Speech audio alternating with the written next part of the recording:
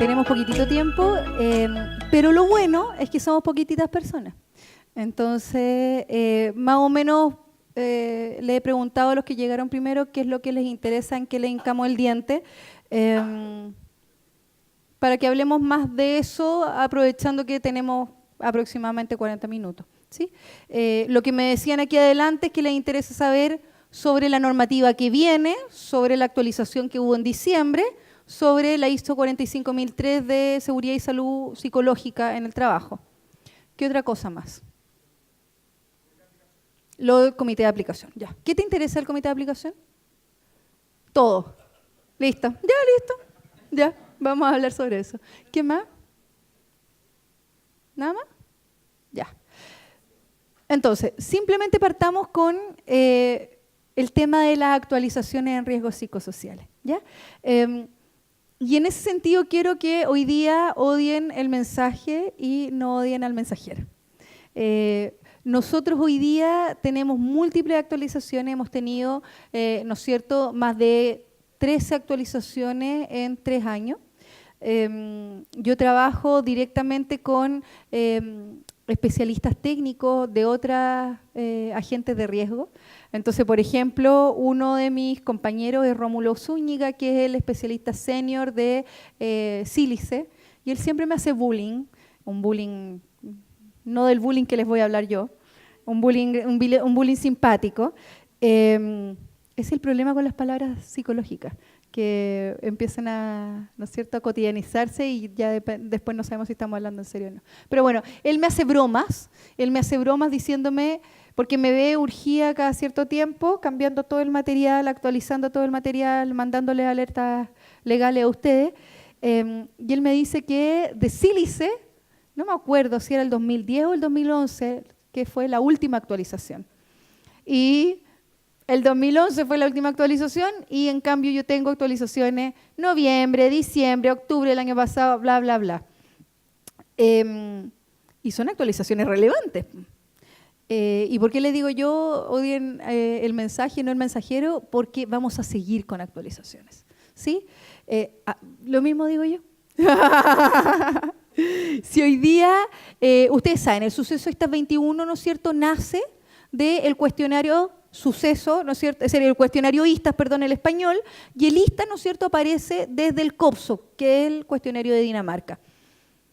Nosotros, ¿no es cierto?, nos entregaron una versión nueva de, ¿no es cierto?, la Superintendencia de Seguridad Social, ¿no es cierto?, el 2017, respecto a la nueva forma de evaluar con el suceso ISTA 21. Por lo tanto, ya este es nuestro segundo como forma de evaluar. Sin embargo, hoy día, ahora, recién partió la validación, y en realidad la validación y traducción del COPSOC, directamente, ya no pasamos por el instrumento español, del COPSOC al chileno.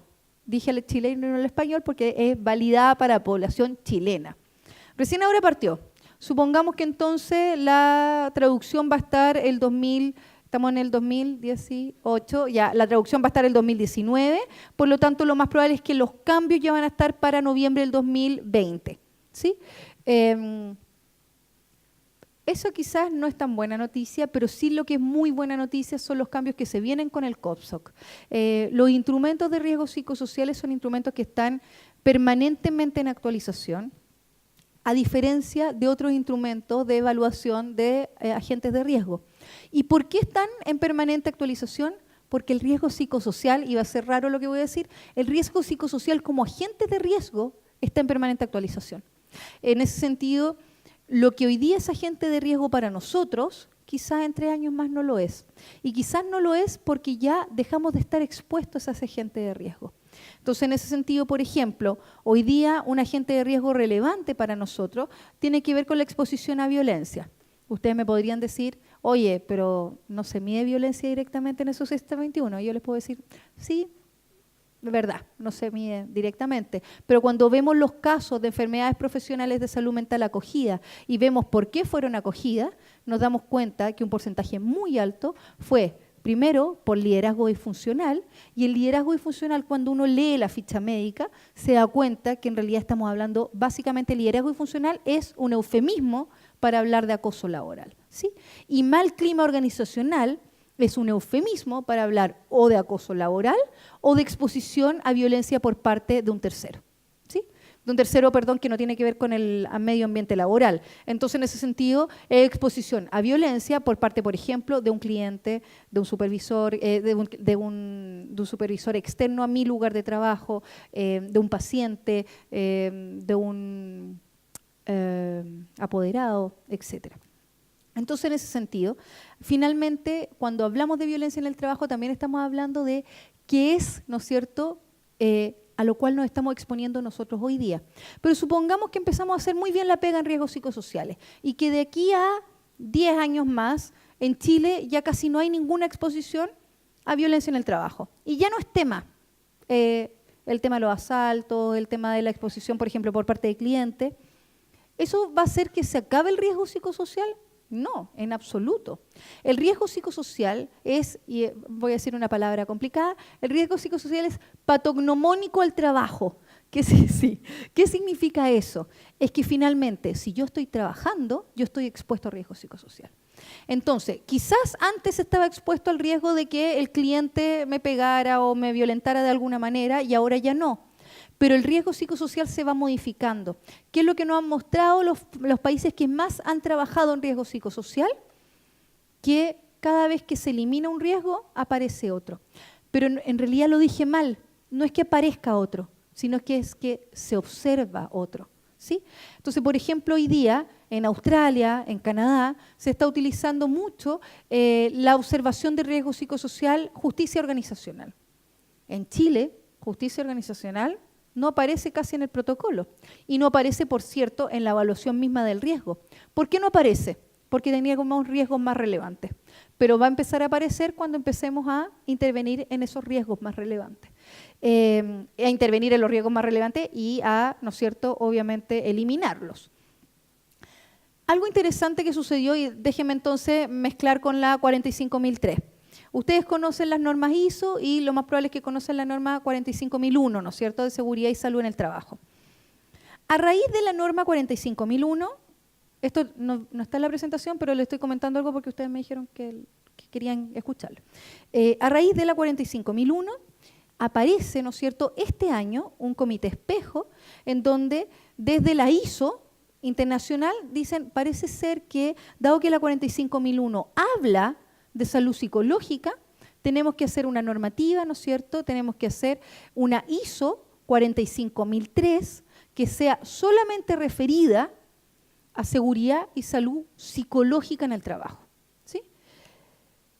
¿Qué es lo que se hizo entonces? Es que todos los países, ¿no es cierto?, que componen las normas ISO, empezaron a evaluar la posibilidad de que exista una normativa especial para seguridad y salud psicológica en el trabajo.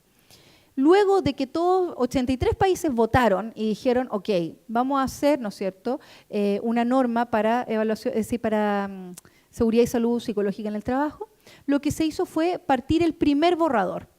¿Y qué es lo que se hizo para partir el primer borrador? Y acá quiero llegar a lo mismo de la cultura.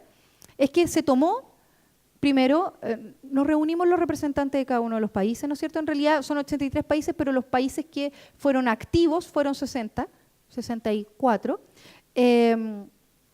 Nos reunimos estos 64 países, ¿no es cierto?, hace poquitito, en septiembre, en Coventry. Y lo primero que se hizo, el ejercicio primario fue, ok, hable cada país sobre el riesgo psicosocial al cual están expuestos en sus lugares de trabajo en sus países. ¿Qué es lo que es interesante? Y por eso les decía yo de la flexibilidad y cómo se va modificando y cómo necesitamos que en realidad se modifique la normativa y por qué además tenemos tantas actualizaciones, o una de las razones por las cuales tenemos tantas actualizaciones. Cuando hablaba, por ejemplo, la gente de Estados Unidos y hablaba sobre violencia, ellos decían que la violencia en el trabajo no debería aparecer en la norma. ¿Y por qué no debería aparecer en la norma? No porque ellos no estén expuestos a violencia. No debería aparecer porque para ellos, en su propia normativa, eso es un tema entre el agredido y el agresor. Es un tema legal, no es laboral. ¿Sí? Por otro lado, en cambio, por ejemplo, cuando me tocó a mí exponer, mi bandera de lucha era, tiene que aparecer el tema de violencia externa y de acoso laboral, porque esto es lo que nos está enfermando a nosotros y es nuestro duelo finalmente. Mostré cifras y luego entonces, por ejemplo, habló la gente de Australia y también la de Canadá. En particular el australiano dijo, ¿saben qué? Para nosotros el tema de violencia no es tema, porque nosotros lo tenemos súper protocolizado y está dentro de nuestro programa de trabajo súper normado, ¿sí? Sin embargo, sí lo verificamos y sí lo vemos, ¿no es cierto?, como un riesgo. Y por lo tanto, como lo vemos como riesgo, queremos que esté en la norma, ¿sí?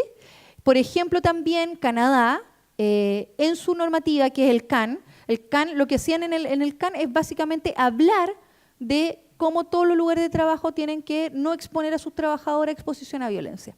Entonces, para ellos también era importante que en la norma, en la ISO 45003, estuviera explícito el tema de violencia. O sea, algo tan simple que para nosotros quizás es tan obvio como la exposición a violencia. Sabemos que más del 40% de las enfermedades profesionales de salud mental acogidas son acogidas por un criterio de observación que es el liderazgo disfuncional, ¿sí?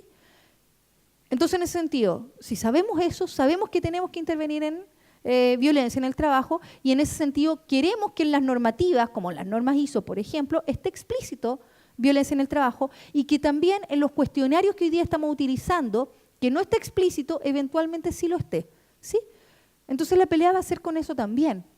Pero como les decía yo, finalmente los niveles de riesgo, así como los riesgos propiamente tales, van a tener que ver con la cultura, ¿no es cierto?, en la cual está inmersa la organización de la cual estamos hablando. Eso por un lado. Yo les decía entonces, ahora se va a empezar a validar el COPSOC. Cosas nuevas del COPSOC que le podrían interesar a ustedes. Primero, el COPSOC sí mide justicia organizacional, ¿sí? Segundo, el COPSOC tiene cierta cantidad de preguntas que son preguntas core, que son preguntas base, que son obligatorias, y cierta cantidad de preguntas que son preguntas opcionales. La idea hoy día y la discusión técnica que está hoy día dentro de la superintendencia con todas las personas técnicas de riesgos psicosociales es cuáles son las preguntas opcionales que están en el COPSOC que nosotros vamos a poner como obligatorias en Chile.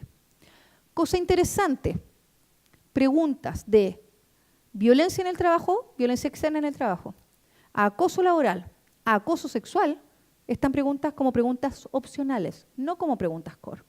Y ustedes preguntarán, ¿por qué? Qué raro que sean preguntas opcionales si es algo tan relevante, ¿no es cierto?, para el riesgo psicosocial. Bueno, la verdad es que no es nada de raro, porque el COPSOC se hizo en Dinamarca. Y ahí las preguntas de violencia no son el core, ¿sí? Entonces ahora la discusión va a tener que ver con cómo desde las áreas técnicas, ¿no es cierto?, se empieza a hacer una discusión para generar, ¿no es cierto?, un COPSOC que traiga como preguntas base también el tema de la violencia. Y en ese sentido también, cuando hablamos de la violencia en el trabajo, también estamos hablando de, básicamente, porque ustedes me podrían decir, bueno, pero mira, espérate, cuando hay una exposición a violencia, lo más probable es que haya una enfermedad profesional de salud mental, y si hay una enfermedad profesional de salud mental, van a entrar a vigilancia, por lo tanto, si entran a vigilancia, ya sea por enfermedad profesional o por nivel de riesgo alto, igualmente van a estar en vigilancia, entonces no hay problema. Y ahí sí hay problema. Porque si yo estoy expuesta a violencia y no presento síntomas y evalúan a mi lugar de trabajo y el lugar de trabajo aparece en nivel de riesgo alto, pero no salta ninguna dimensión de violencia porque no existe, finalmente ¿en qué intervenimos? Es verdad que hemos visto por la experiencia que muchas veces que existe exposición a violencia saltan otro tipo de dimensiones. Sí, pero lo complicado es que si saltan otro tipo de dimensiones vamos a intervenir en ese tipo de dimensiones. Y no en la dimensión base, que es la exposición a violencia. ¿Se entiende, no? ¿Sí? Entonces, yo les decía, no voy a usar toda la slide, pero quiero simplemente que conozcan algunos datos. Además no me funciona. Regio, no, ahí sí. Sobre enfermedades profesionales, simplemente comentarles que la mayor cantidad de enfermedades que llegan son, a todo esto, estas slides van a estar en la página web de la ACH, así que no les saquen fotos y no pierdan cuidado que si tienen dudas sobre esto, se las vamos a responder. Sabemos que la mayor cantidad de casos que llegan a evaluación son músculoesqueléticos, pero luego, dada los porcentajes de calificación y de acogida, ¿no es cierto?, quedan en mayor cantidad las enfermedades profesionales de salud mental. De todas las enfermedades profesionales hoy día, el 53% son de salud mental. Y entonces, enfermedades profesionales de salud mental son el top one, no solamente en enfermedades de acogida, sino también en días perdidos. ¿Sí? Además, si vemos la diferencia entre hombre y mujer, nos vamos a dar cuenta que en salud mental hay una diferencia bien grande dentro de quiénes son las personas que se enferman. Y generalmente somos mujeres. Sin embargo, ¿por qué se enferman más las mujeres? Hay un tema, podemos tener una hipótesis enorme y demorarnos toda la semana, meses, años diciendo eso. Pero déjenme irme a lo más simple. Es estadístico. Más del 75% de las enfermedades profesionales de salud mental se dan en 4 rubros: educación, salud, gobierno y retail. Y en retail, más del 75% de las personas en retail son mujeres. Imagínense en educación. Imagínense en un Junji, en un Integra. ¿Cuántas mujeres trabajan ahí y cuántos hombres? Hay algo estadístico. Pampinas, lo otro. Podemos en algún momento discutirlo, en otro momento, que también es interesante. Tiene sus costos y tiene sus beneficios, ¿no es cierto? Respecto al flujo de proceso de diagnóstico de enfermedades profesionales, primero, quiero saber, ¿cuántos de ustedes saben cómo se diagnostica una enfermedad profesional de salud mental? Ah, yo me lo iba a pasar. Ya, listo, ya, no me lo salto. ¿Cómo llegamos a calificar una enfermedad profesional de salud mental? Y esto está súper descrito en la circular 3298 de la Superintendencia de Seguridad Social. Primero, tenemos una denuncia individual por enfermedad profesional. En general, es un trabajador que no llega polisintomático a tocar el timbre a la mutualidad, sino que generalmente tiene una licencia psiquiátrica que le fue rechazada. ¿Sí? Esta persona hace un DIEP, una denuncia individual de enfermedad profesional, luego la entrevista, ¿no es cierto?, y hace un manejo clínico inicial, un médico AP, un médico de atención primaria. Luego se hace una entrevista y evaluación psiquiátrica, entrevista y evaluación psicológica, evaluación de puesto de trabajo y se toma como en consideración la evaluación de riesgos psicosociales. Me gustaría detenerme acá. La 3298 dice que eventualmente se puede obviar algunas. De hecho, en general, la evaluación de riesgos psicosociales se obvia. Con esta información hay un comité de calificación de enfermedades profesionales de salud mental que según la 3298 tiene que estar compuesta al menos de un médico especialista en medicina del trabajo y también de un psiquiatra, ¿no es cierto?, que haya tenido curso especializado. Y ellos, teniendo esta información, hacen una resolución, que puede ser una resolución calificativa, o sea, positiva, ¿no es cierto? En ese sentido, tiene una enfermedad profesional de salud mental y luego, dado eso, se ingresa a un programa de vigilancia. Y también puede ser una resolución, ¿no es cierto?, negativa. Si es que una resolución negativa, el trabajador puede apelar, la empresa también, puede apelar a la Superintendencia de Seguridad Social. Sí. Va a ser al final, pero dale nomás. Rechazada. No.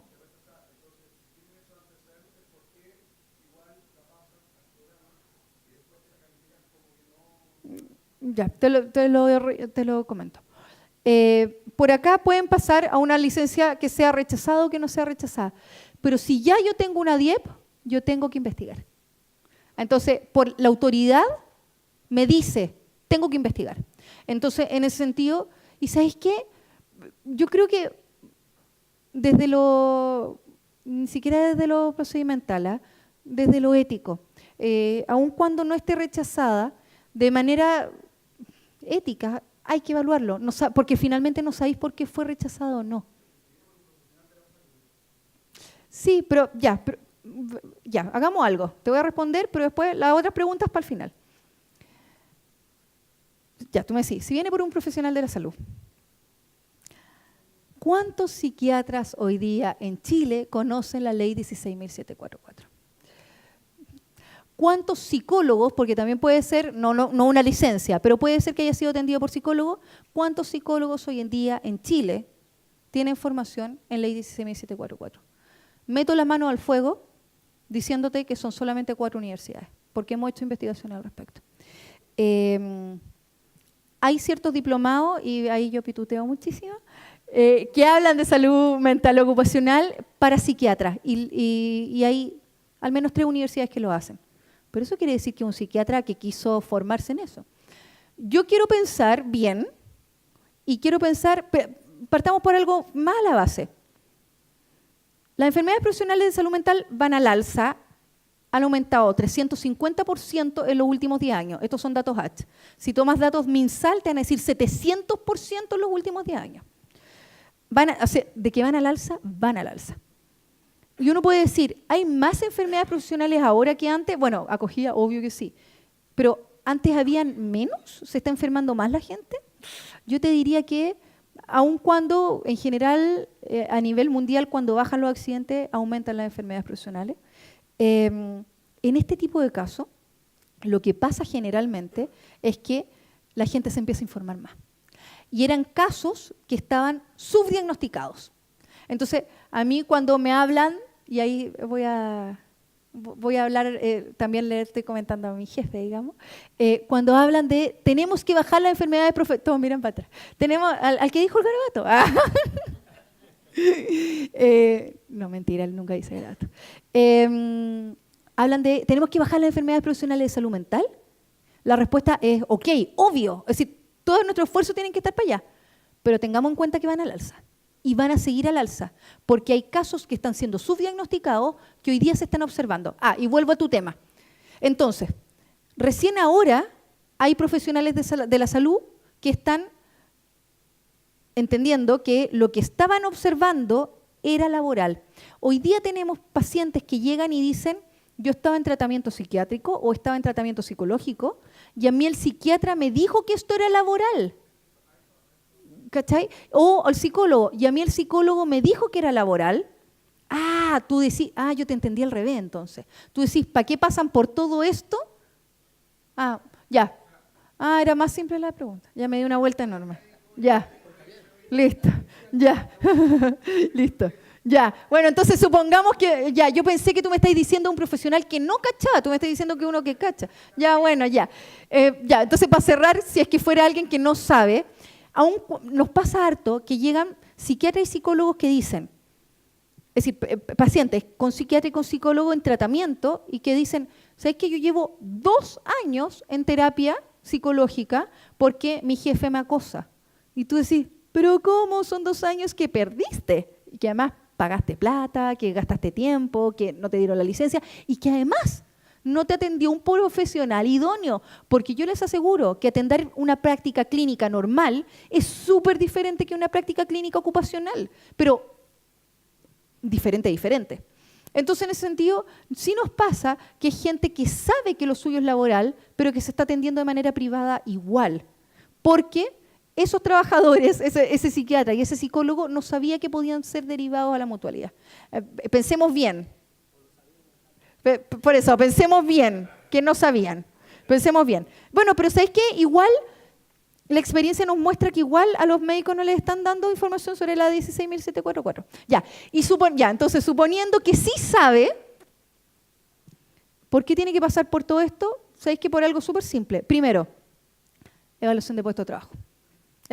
Ahora, tú me podrías decir, bueno, pero entonces quizás deberían convalidar la evaluación psiquiátrica. Sí, pero es que este gallo, este tipo que hizo la evaluación psiquiátrica, según la 3298, es un tipo que, un profesional, doctor y relevante, es un profesional que tiene formación en salud ocupacional y tiene cierta cantidad de horas de formación. Entonces, yo no puedo suponer que el psiquiatra particular tiene formación en salud ocupacional. Y como yo les decía, la entrevista clínica también, además del tratamiento, es diferente. Entonces, en ese sentido, claro, no puede ser como convalidada la evaluación psiquiátrica. Y respecto al tema de evaluación de puesto de trabajo, la cantidad de información que aparece en la evaluación de puesto de trabajo es totalmente relevante al momento de hacer una calificación de P. Entonces, yo no puedo, ¿no es cierto?, perder... Espérate, cuando yo les digo evaluación de puesto de trabajo, ¿saben a qué me refiero o no? No, ya no todo. Con razón, no te quedaba tan claro. Sí, perdona, pensé que lo sabían. La evaluación de puesto de trabajo es simplemente esto.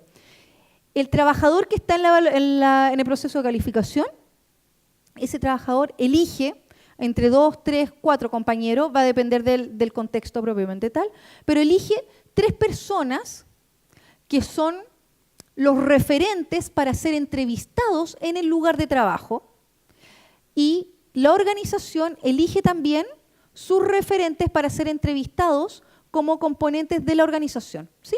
Entonces llega un psicólogo que es experto en evaluación de puesto de trabajo, un psicólogo organizacional, este otro es un psicólogo clínico, un psicólogo organizacional que lo que hace es entrevistar a representantes de la organización y a representantes del trabajador. Y les pregunta entonces cosas relacionadas con la organización del trabajo y relacionadas con el paciente. Entonces, básicamente esto es súper relevante porque finalmente te da la sensibilidad para hacer la calificación, para decir, ok, ¿sabes qué? Y, no sé, me ha tocado oír algunas evaluaciones de puesto de trabajo, dado un programa nuevo que queremos implementar, me ha tocado ir ahora. Y yo en todos estos años no había ido a evaluaciones de puesto de trabajo. Y es súper interesante, porque aparecen cosas como, por ejemplo, personas que frente a la evaluación psiquiátrica y psicológica aparece todo un discurso respecto a la sintomatología y a por qué ocurrió la sintomatología, pero luego aparece, no sé, en la evaluación de puesto de trabajo, voy a decir para sí, para no, para que estemos en la evaluación de puesto de trabajo, por ejemplo, la compañera que eligió la paciente le dice, es que la verdad es que yo ni la cacho. Y uno dice, pero ¿cómo si ella te nombró a ti? No, yo la he visto 3 veces y me cae pésimo. No entiendo por qué me eligió a mí. Bueno, es que en realidad ella no tiene amigas. Y en realidad ella está, no sé, está estudiando tal cosa y está en periodo de prueba. Y dijo que iba a tirar una licencia. Y le rechazaron la licencia. Ah, chuta, ya. Siguiente persona. No, a mí, yo he hablado 3 veces con ella. Sé que esta licencia la tiró porque tiene que estudiar. Es por eso, ¿no es cierto? Y uno, ya, ¿no? Y luego a los entrevistados desde la organización, ellos te dicen, bueno, ¿sabes qué? Pasó esto y esto otro. Y al revés también. Dudas que quedan, pero cuando evalúan, ¿no es cierto?, el puesto de trabajo a un compañero de trabajo, dice, oye, ¿tú sabes por qué esta persona presentó licencia? Sí, es porque tenemos un jefe acosador que a mí me ha hecho querer renunciar y querer, no sé, salir de acá corriendo y me ha dejado llorando 500 veces y en realidad estamos todos sintomáticos. Ah, chuta, entonces parece ser que va por cierta vía. Estoy reduciéndolo a lo absurdo, es harto más complejo que eso, obviamente, pero se entiende, ¿no es cierto? Entonces, ese es un input más al momento de calificar una enfermedad profesional de salud mental. Y cuando calificamos una enfermedad profesional de salud mental, básicamente el 46% de los casos que se acogen son por liderazgo disfuncional. ¿Qué significa liderazgo disfuncional? Básicamente, acoso laboral. Por eso también cuando yo les decía, yo llegué a Coventry con una bandera de violencia, es por esto. O sea, hoy día la gente en Chile que se está enfermando de enfermedades profesionales de salud mental es por acoso. Porque además si uno ve la definición de mal diseño organizacional, por la definición, de manera bien eufemística, aparece exposición a violencia, ya sea por usuario o por acoso laboral. ¿Sí? Entonces, en ese sentido, y hasta en escasa latitud de decisión también. Y en ese sentido, entonces, finalmente necesitamos hablar de violencia.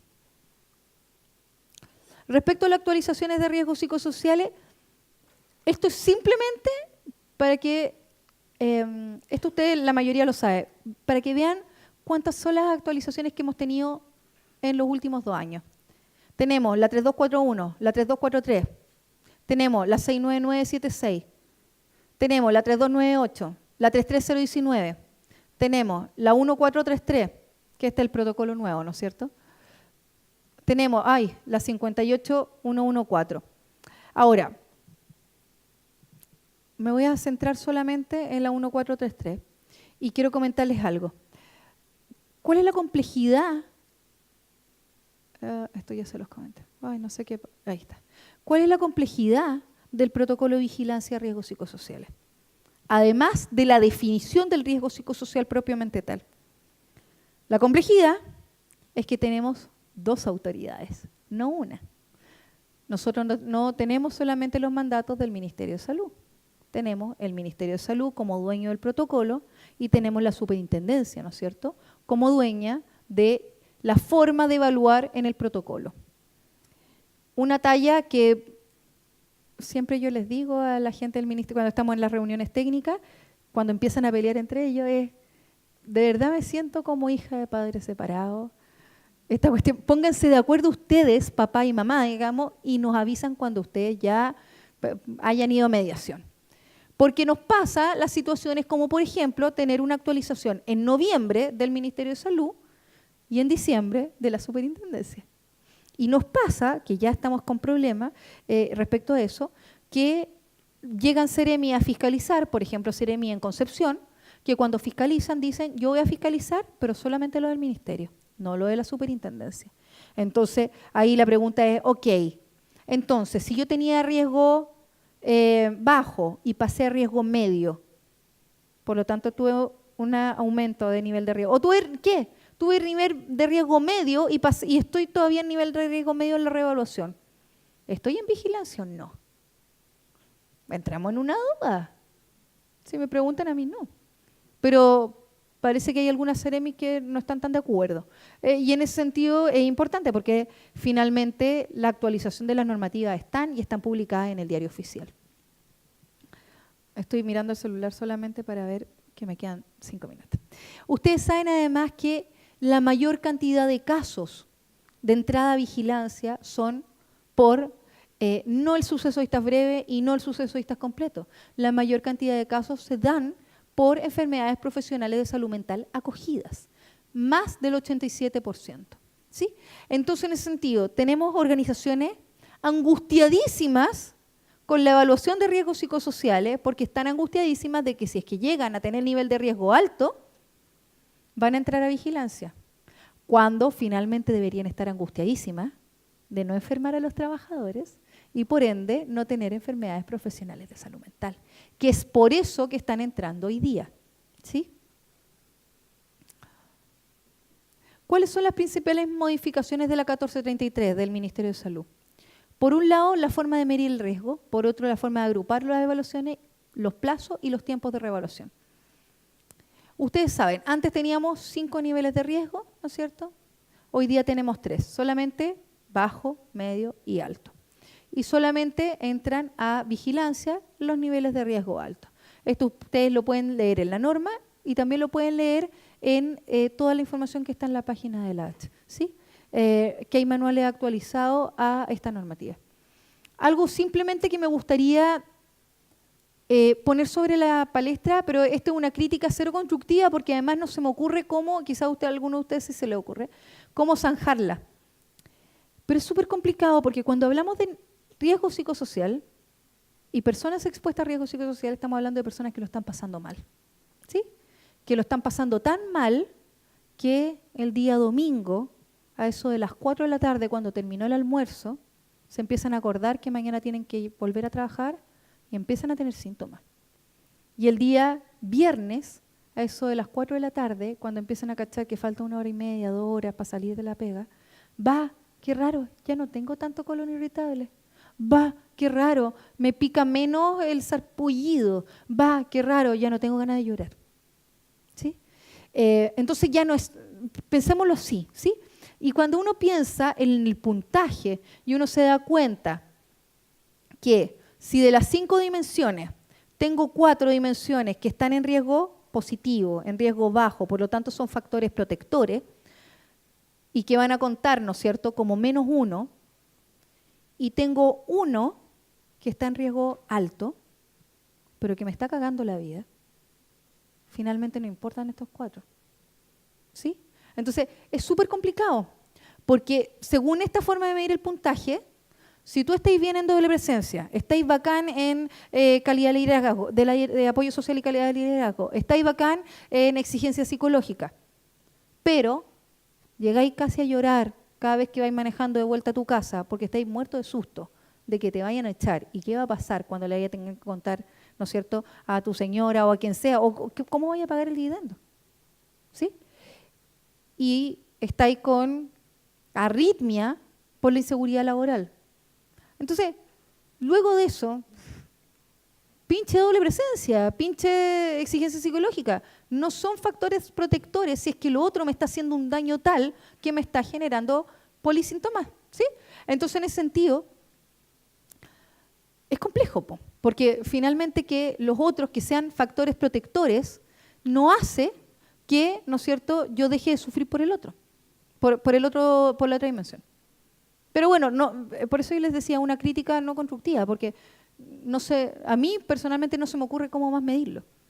Porque si no, la respuesta sería, bueno, cada vez que hay un nivel de riesgo alto en cualquier dimensión, entra vigilancia. Y eso no puede ser, entraríamos toda vigilancia. Es súper complejo.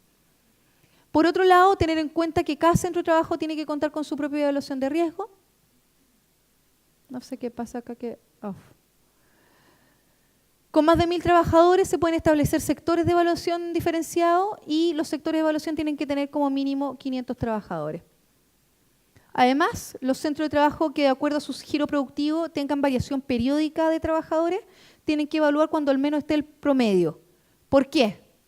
Porque nos pasaba en sectores productivos que habían trabajadores temporales, que entonces teníamos lugares de trabajo con trabajadores, ¿no es cierto?, no sé, por ejemplo, temporero, que teníamos 3.500 temporeros en cierto mes del año y 20 trabajadores en otro mes del año. Ahí vienen ustedes cuando evaluaban.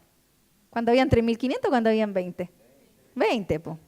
Pero si vemos al tema ético que les decía yo, ¿para qué estoy evaluando entonces? Estoy evaluando para que me salga verde, pues entonces no sirve de nada. Pues. O sea, es como, no sé, pues, es ir a ver al doctor, pero antes de ir a ver al doctor tomarme todos los remedios para que el doctor no me encuentre nada. Entonces, ¿para qué fuiste a ver al doctor? Pues no tiene sentido. Bueno, ahí la respuesta que ustedes me podrían decir es, es por la fiscalización. Bueno, shame on you entonces, qué feo que esté haciendo esas cuestiones por la fiscalización. Supongo que no es lo que nos convoca hoy día, sino que el tema ético de intervenir en el riesgo psicosocial, obviamente. Y luego también el cuestionario se tiene que aplicar a todos los trabajadores que prestan servicio en un mismo lugar, faena, sucursal, agencia, que va a ser considerado como centro de trabajo. Por otro lado, hay una actualización en los plazos para las diferentes etapas. Por ejemplo, en la etapa 1 tenemos 2 meses para ingresar al programa de vigilancia, para identificar la unidad de análisis, para realizar grupo de discusión y para aplicar el suceso completo en vigilancia. Luego, una etapa 2 de 18 meses para prescribir medidas que son fiscalizables y generar un programa de retorno al trabajo. Y luego, en la etapa 3, reevaluar con la versión completa del cuestionario. Además hay una actualización en los tiempos de reevaluación y eso por lo menos a mí me tiene bien contenta. No sé si ustedes, pero yo creo que se nos hace la pega harto más fácil a todos. Antes reevaluábamos a los 2 años, al año, a los 6 meses, al año y al año. Teníamos una mezcolanza. Esto va a explotar. Perdonen, no sabía que iba a sonar.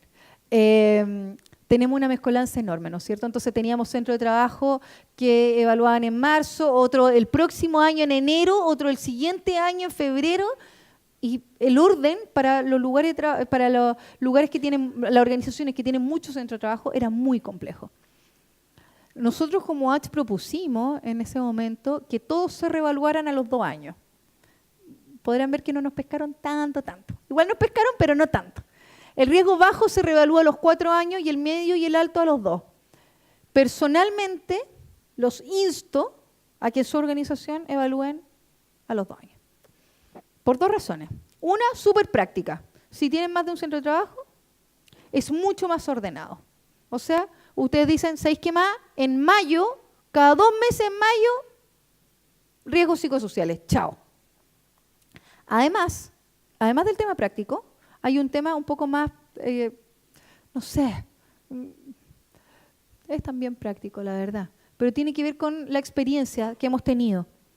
Si es que yo reevalúo a los 4 años un riesgo bajo, yo les doy firmado, no se los doy firmado, pero aumenta la probabilidad de que se transforme en un riesgo medio. Porque lo más probable, ustedes van a tener toda la motivación del mundo, pero lo más probable es que de aquí a 4 años no hagan nada. Porque de aquí a 4 años es mucho rato. Imagínense qué es lo que pasa en 4 años. Pasan muchas cosas. Entonces, en ese sentido, En 4 años uno puede enamorarse y tener un hijo. La vida completa te puede cambiar.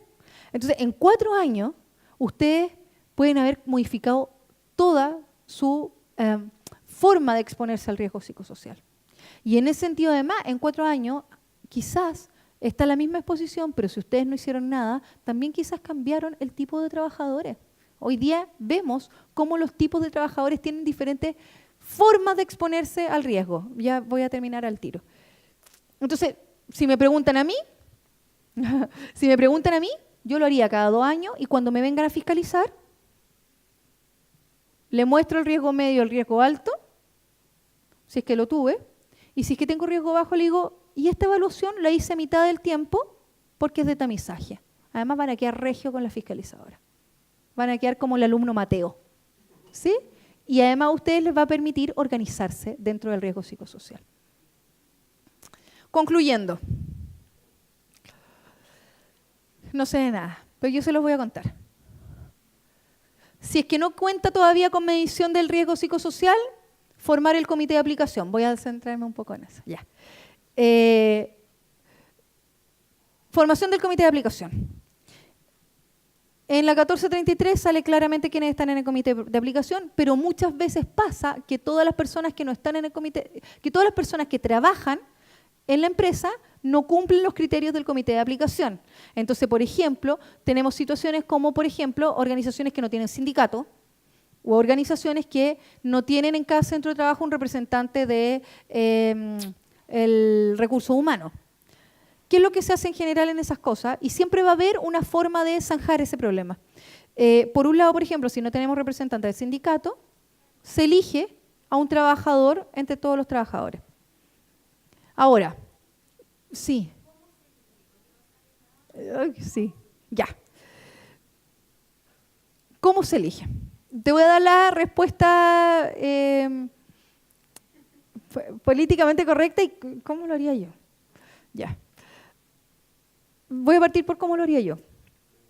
Si las personas que están en el comité paritario dentro de las personas del comité, no están dentro del comité de aplicación, personas del comité paritario que fueron elegidos por los trabajadores, yo diría, si esa persona fue elegida como comité paritario por los trabajadores, haría una pregunta más o menos informal y sumaría a esa persona. Punto final. Sí. ¿Qué es lo que dice la autoridad? Va a depender del tipo de trabajadores. Entonces ahí ya entramos en una complejidad. Entonces, ¿puede ser a mano alzada? Sí. Pero tú me podrías decir, sí, pero rompe la confidencialidad. Bueno, la pregunta es, ¿a los trabajadores les importa eso? Sí. No les importa. Hagámoslo a mano alzada, listo. Entonces, ¿puede ser en una reunión de gerencia en donde estén todos? Sí. Pero si le importa a los trabajadores, va a tener que ser con voto. Y va a tener que hacer todo el proceso. ¿Sí? Entonces, en ese sentido, si me preguntáis a mí, yo lo haría lo más simple posible. Gaya, ya eligieron el comité paritario, ya nos pegamos el tema completo de la evaluación del comité paritario, esa persona. Ahora, para el tema del sindicato también lo mismo. Si es que no hay sindicato, también tiene que ser exactamente igual. Entonces, también es el mismo proceso. Ahora, tú me podrías decir, ya, voy a hacer por elección. Lo hago por urna, lo hago por electrónica, lo hago por... No sale cómo. No sale cómo. Tú lo tienes que hacer como tú quieras. Ahora, lo importante aquí, y esto, escúchenme esto, porque esto es relevante. Es decir, todo ha sido relevante. Bueno, yo creo que es relevante. Por algo se lo he dicho. Toda decisión que tú tomes tiene que estar aclarada por qué la tomaste en las actas del comité de aplicación. Si es que están aclaradas en el comité de aplicación, no debería haber ningún problema, ni con la fiscalización, ni con el tema ético que hablábamos antes.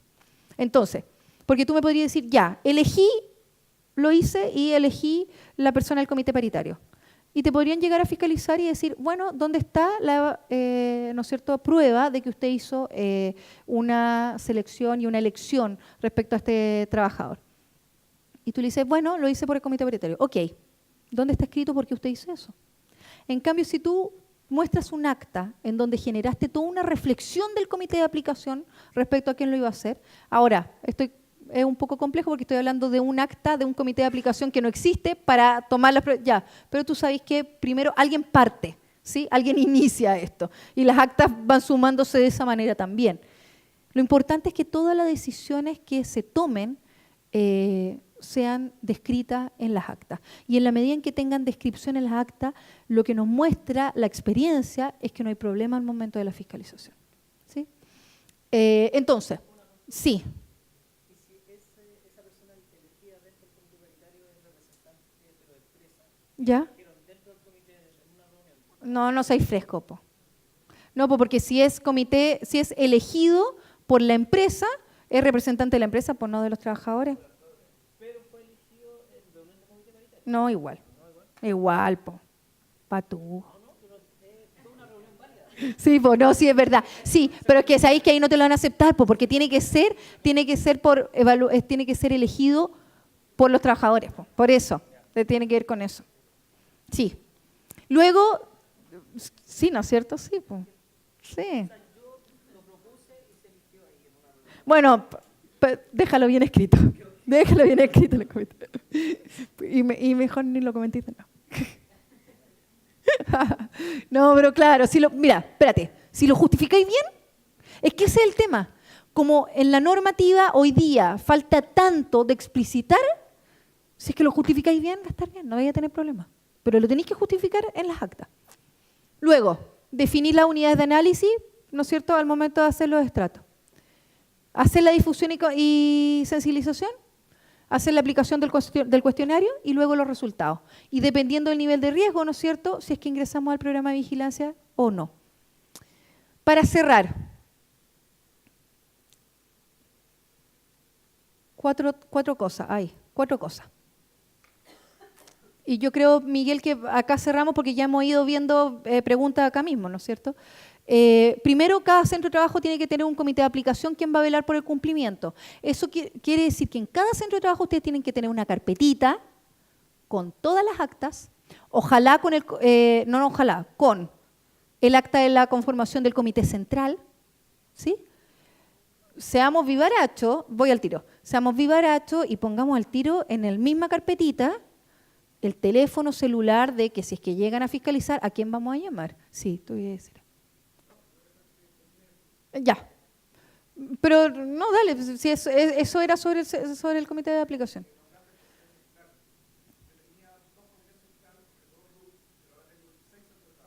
Ya. Espérate, de nuevo voy a decir lo que dije al principio. Odia el mensaje y no al mensajero. Sí, 16. Ahora, ya. No, pues bueno, pero te respondí, pues, es lo que hay. Ahora, hay una salvedad. Tenéis que tener 16. Eso significa 16 carpetitas. Ya. Pero en el comité de aplicación te piden, por ejemplo, que hayan prevencionistas. Y tú me podés decir, sí, pero no en los 16 centros de trabajo tengo prevencionistas. Exacto. Sí. Sí. Sí. Pero no va a servir de nada que digáis que yo lo dije. Tenéis que tenerlo en un acta. Se va a replicar centro de trabajo número 14. Firma, prevencionista tanto. Centro de trabajo número 14 que queda en Calama. Listo, prevencionista tanto que vive en Santiago y que nunca en su vida ha ido a Calama. Bueno, firma. Te van a preguntar, ¿y dónde está este prevencionista? En Santiago. Ya, ¿y por qué está acá? Ah, es que tengo un acta del comité de aplicación donde expongo por qué estoy haciendo esto. Y expongo que no hay ninguna otra forma. Y sí, se puede replicar. Sí, pero vaya a tener que tener 17 carpetitas. Sí. Entonces, la empresa tiene que conservar en cada centro de trabajo lo que hablamos. Cada centro de trabajo como medio de verificación toda la documentación que dé cuenta de la realización del proceso. Acá, mientras más, mejor. Más, mejor. Oye, de repente tuvimos una reunión del centro, del comité de aplicación, pero fue una reunión informal. Justo nos juntamos a almorzar todos y nos encontramos en la mesa que estábamos justo el comité de aplicación y tomamos algunas decisiones. Acta. Es que nos encontramos en el pasillo, acta. Acta. Todo el rato. ¿Sí? En los casos en que el centro de trabajo haya obtenido riesgo alto, el organismo administrador de la ley tenemos 20 días hábiles para informar a la Seremi de Salud y además tenemos que informar trimestralmente al Ministerio y a la Superintendencia. Entonces, en ese sentido, una vez al mes, nosotros informamos a la Seremi todos los casos que entraron a vigilancia por riesgo alto y por enfermedad profesional de salud mental. ¿Por qué les digo esto? Porque entonces, si ustedes tienen un riesgo alto o una enfermedad profesional de salud mental, tengan en cuenta que el próximo mes la Seremi de su ciudad va a tener esa información. Y adivinen a quiénes van a ir a fiscalizar. Entonces, en ese sentido, pongamos pino también. Y qué bueno, porque ustedes podrían decir, pucha, que lata que se centró en la fiscalización. No, pues qué bueno, porque eso les va a dar a ustedes el punch, estoy terminando, el punch para empezar a intervenir, ¿no es cierto?, en el riesgo psicosocial que está generando, ¿no es cierto?, este problema. Y eso es todo. Muchas gracias.